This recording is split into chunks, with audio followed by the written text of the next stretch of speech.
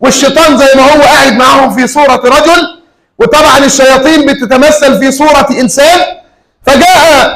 جاءت المشاورات. أول رأي قال واحدا منهم: إذن نوثقه بالحديد ونربطه ربطا شديدا ونحبسه في الحديد حتى يموت كما مات الشعراء من قبله، النابغة الزبياني وغيره. لأن الشعراء كان طبعا لهم قيمة برضه، لما حد فيهم يقول شعر جديد وكانوا يهجوا أسيادهم فكانوا يأسرونهم أو يقتلونهم، فقال نأسره ونفعل به ذلك. فقام الشيخ النجدي اللي هو شيطان قال: لا، هذا ليس برأيي، إن أصحابه سيقوون ويعلمون ما يحدث لهم وسيعدون لكم العدة ويأتون ويأخذونه من مكانه رغما عنكم ويحاربونكم ويظهر أمره.